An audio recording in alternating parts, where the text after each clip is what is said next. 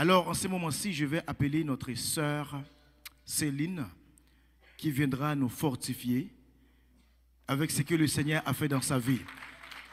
Mais non, bien-aimés, encourageons bien notre sœur. Applaudissons pour Jésus-Christ. Gloire à Dieu. On va avancer plus au centre, ma sœur. Voilà, bonjour. Bonjour ADV. Je vous souhaite bienvenue à l'église ADV de Montréal. Si vous pouvez nous dire c'est quoi votre nom, s'il vous plaît. Mon nom c'est Céline Pierre. J'ai connu ADV grâce à la sœur Léante Félicien. La sœur Léante Félicien vous a invité. Gloire à Dieu. On travaille à la même place. Cette période-là, mon mari était extrêmement malade. Donc si je comprends bien, votre mari était extrêmement malade. Vous aviez voulu chercher la face du Seigneur afin de trouver une solution pour votre mari. Oui.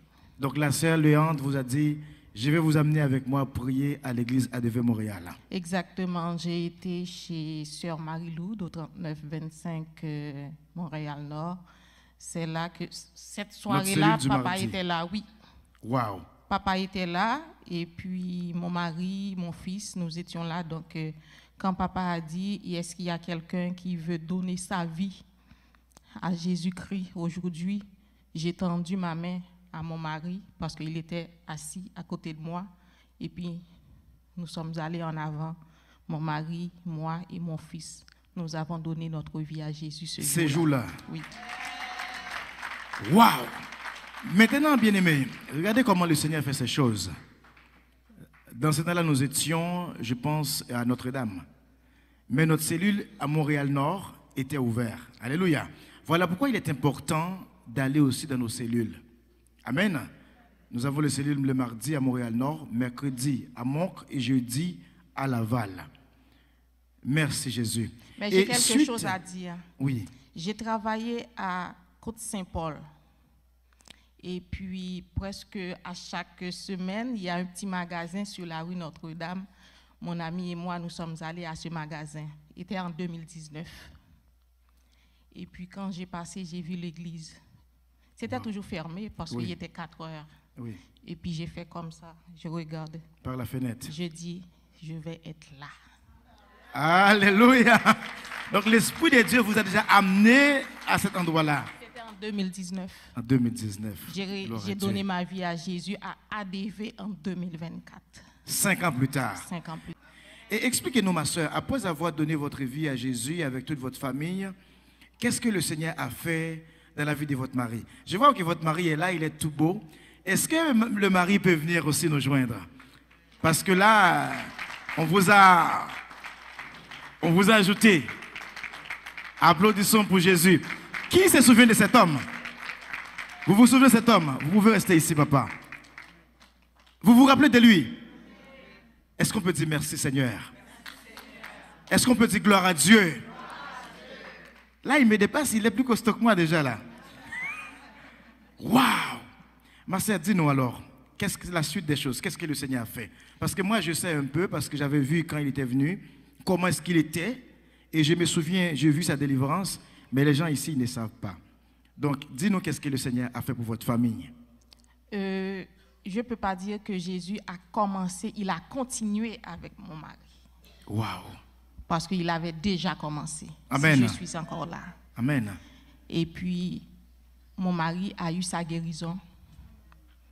Et puis, comme on dit, l'alcool, c'est fini.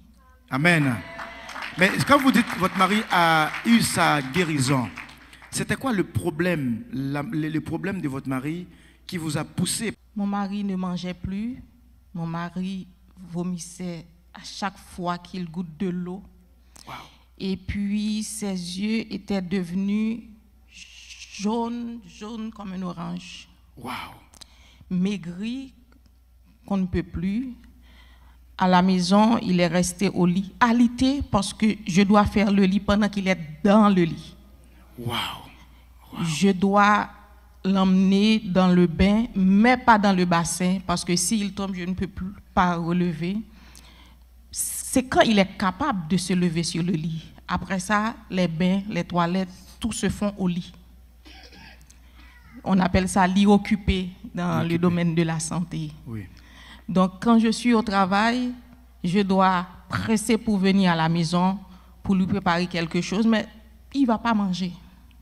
Il ne mangeait pas dans le temps. Il ne mangeait pas. Et puis un beau jour, papa a prié pour lui, toujours chez Sœur Marie-Lourde. Et puis papa a dit, maman, quand il va arriver, donne-lui à manger. Donc quand vous dites papa, les gens qui ne savent pas, elle parle de pasteur Teddy Dangui, Teddy, oui. le berger de l'église ici à Montréal. Donc l'homme de Dieu a prié.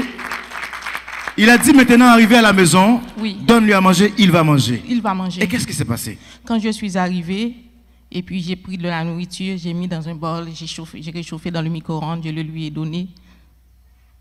Il a tout mangé. Waouh! Je vous ai parlé tantôt de la femme, de la perte de sang qui avait foi. Mais aujourd'hui, nous voyons une femme ici à l'église aussi qui, elle a la foi. L'homme de Dieu a dit, prépare la nourriture, donne. Comme Jésus avait fait pour la fille. Jésus avait dit, donne-la à manger. Alléluia. Mais elle, par la foi, elle a donné à manger à son mari. Regarde son mari. Et qu'est-ce qui s'est passé par la suite, ma soeur? Il a même commencé des fois, je suis à côté de lui, il commence à parler pour me dire que, voilà, tu sais ce que tu vas faire, je ne sais pas si tu vas garder la voiture ou si tu vas la vendre. Et de la force et du courage. C'est comme si il voit la mort. Il faisait ses adieux. Ouais, il voit la mort. Il voyait la mort. Puis, toujours, à chaque fois qu'il dit ça, je dis, tu ne mourras pas, tu vivras. Amen. Et tu raconteras les œuvres de l'Éternel. Gloire à Dieu. Parce que cette maladie a duré trop longtemps, c'est pour que ton témoignage soit fort. Vous venez de dire quelque chose qui est important. Vous dites que cette maladie a duré trop longtemps. Cela a duré pendant combien de temps? Oh mon Dieu, 6 mois. Plus que ça. Plus que ça. Ouais. Vous avez passé combien de temps, papa, plus ou moins? Est-ce que vous pouvez nous dire? C'est quelque chose qui s'est arrivé tout de suite après un accident de travail. On est resté trop à la maison, on est trop pensif parfois. Et puis, d'un coup, je me suis blessé en 2021. Parce que tout de suite après, et puis je commence. Quand on est resté trop au lit, trop à la maison, tout ça ok, c'est beau, merci. On devient découragé. Oui. Mais une chance dans la vie, on a chacun un pivot. Amen. Le pivot, c'est elle. Alléluia, applaudissons pour elle. Bien-aimé, il faut être reconnaissant. Il faut dire, appelle chaque personne par son nom. Amen. La Bible dit donner à chacun ce qui lui est dû. C'est ce que monsieur fait. Oui. Puis, bon, moi, je n'ai pas grand-chose. J'ai déjà témoigné. C'est comme quand papa, mais beaucoup de vous, je pense que vous m'avez déjà vu vraiment. Oui, je vous ai vu. Dans l'état où, quand j'étais malade, là, c'était terrible. Oui. Mais moi, j'étais découragé. Puis, comment je pourrais dire? Mais comme on dit, quand on a un pivot à côté de nous, c'est le pivot. Le pivot comme le centre. C'est le moteur. Le moteur. Oui. Après Dieu, ma maman, c'est elle. Gloire à Dieu. Amen. Bon, merci quand même pour votre participation. Je vais donner à elle parce qu'elle va continuer le témoignage parce qu'elle a quelque chose. Juste une seconde, mais elle est devenue le pivot, pourquoi? Pas pour rien. Non. Elle a quelqu'un à côté d'elle aussi. Amen. Amen. Vous n'avez pas demandé la question. Je pense qu'on est parmi les plus vieux, pas en âge. Oui. Ça fait 22 ans qu'on est mariés. Mais c'est ça que j'ai dit au début. 22 ans de mariage, c'est pas 22 jours. Hein. La parole de Dieu dit, l'homme qui trouve une femme, c'est une grâce que le Seigneur nous accorde. Donc le Seigneur savait déjà, avant les 22 ans, que c'est la femme qu'il vous faut. Je remercie le Seigneur pour votre vie, Tout papa. à fait. Merci. Merci. Dieu.